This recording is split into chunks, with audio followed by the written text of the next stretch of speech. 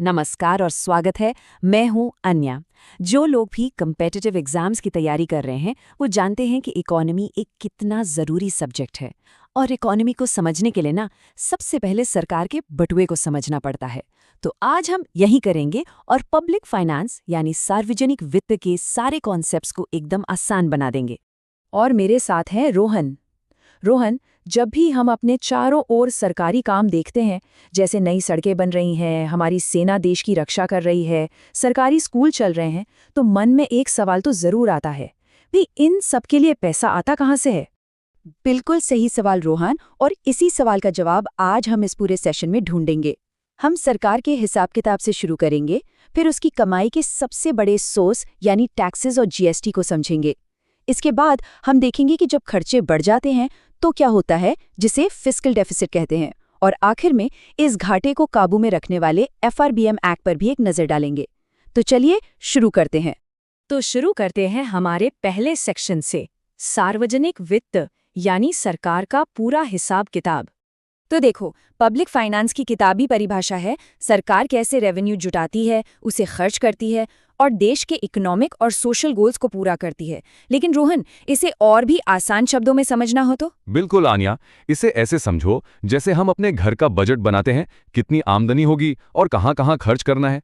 Public finance भी ठीक वैसा ही है, बस ये पूरे देश का बजट है। सरकार पैसा कहाँ से कमाएगी और उसे देश की भलाई के लिए कहाँ खर्च करेगी, यही इसका कोर है।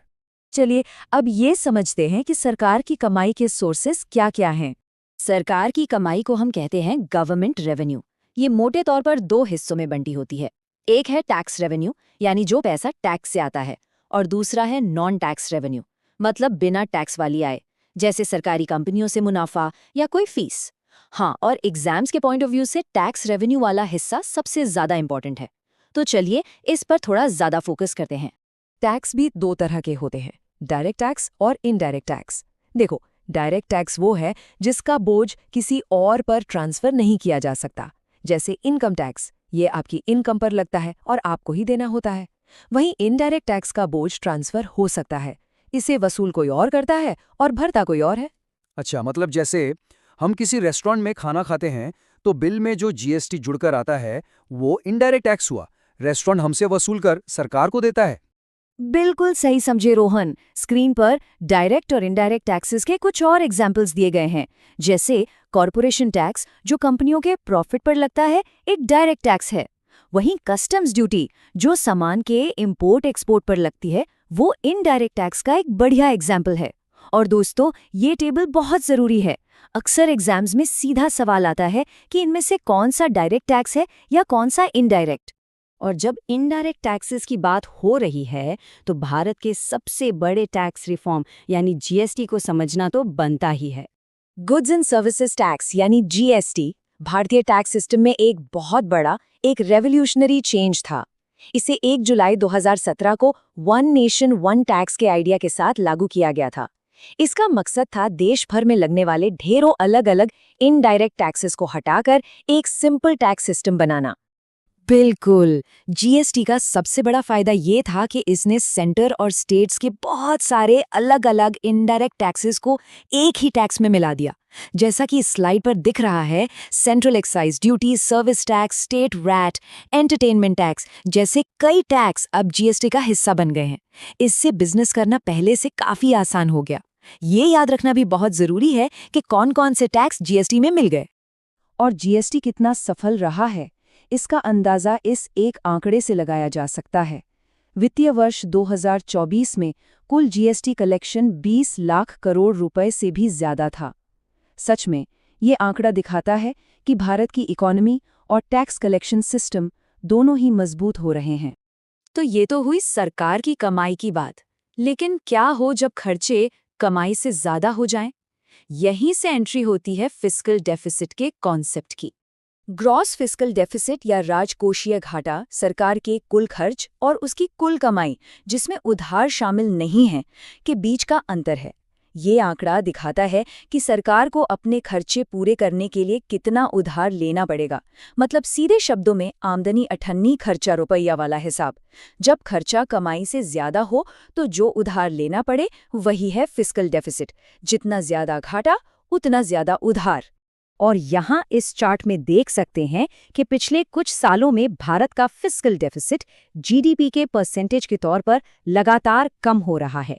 2023-24 में ये घटकर 5.5% रह गया। ये एक बहुत अच्छा साइन है।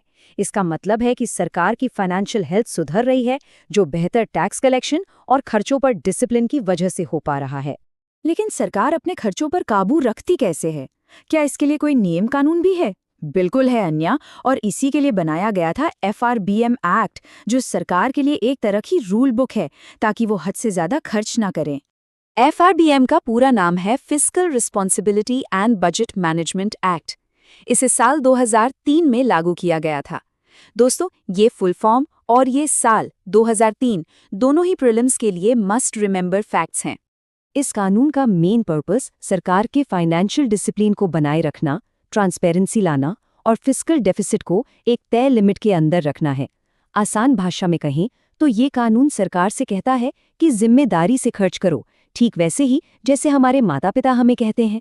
चलिए, अब तक हमने जो भी सीखा है उसे परखने का समय आ गया है। तैयार हैं एक छोटे से क्विज के लिए? पहला सवाल, इनमें से कौन सा डायरेक्ट टैक्स का एक उदाहरण है? आपके ऑप्शंस हैं A GST, B customs duty, C corporation tax या D स्टेट एक्साइज ड्यूटी। और सही जवाब है C कॉर्पोरेशन टैक्स, क्योंकि ये सीधा कंपनी के मुनाफे पर लगता है। दूसरा सवाल, FRBM एक्ट किस साल लागू किया गया था? ऑप्शंस हैं A 1991, B 2003, C 2017 या D 2008। और इसका सही जवाब है ऑप्शन B 2003। ये साल याद रखना बहुत जरूरी है। तीसरा सवाल, भारत में GST कब लागू हुआ था? क्या तारीख याद है? ऑप्शंस हैं A 1 अप्रैल 2017, B 1 जुलाई 2017 और सही जवाब है B 1 जुलाई 2017, एक हिस्टोरिक डेट। चौथा सवाल थोड़ा कॉन्सेप्चुअल है। अगर किसी देश का फिस्कल डेफिसिट ज़्यादा है तो इसका क्या मतलब है? A सरकार की कमाई ज़्यादा है या B सरकार का उधार अधिक है?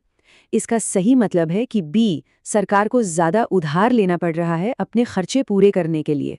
और आखिरी सवाल, सरकार के खर्च, टैक्स और उधार से जुड़े पॉलिसी को क्या कहते हैं? ऑप्शंस हैं A monetary policy, B trade policy या C फिस्कल पॉलिसी। और सही जवाब है C फिस्कल पॉलिसी। सरकार की कमाई और खर्च से जुड़े सभी फैसले फिस्कल पॉलिसी का ही हिस्सा होते हैं। तो ये था पब्लिक फाइनेंस पर हमारा विश्लेषण। उम्मीद है कि सरकार के हिसाब किताब को समझने में मदद मिली होगी। हमारे साथ जुड़ने के लिए धन्यवाद। अगली बार हम और भी गहराई में उतरेंगे और बात करेंगे यूनियन बजट और इकोनॉमिक सर्वे की, जो इसी विषय का अगला लॉजिकल स्टेप है।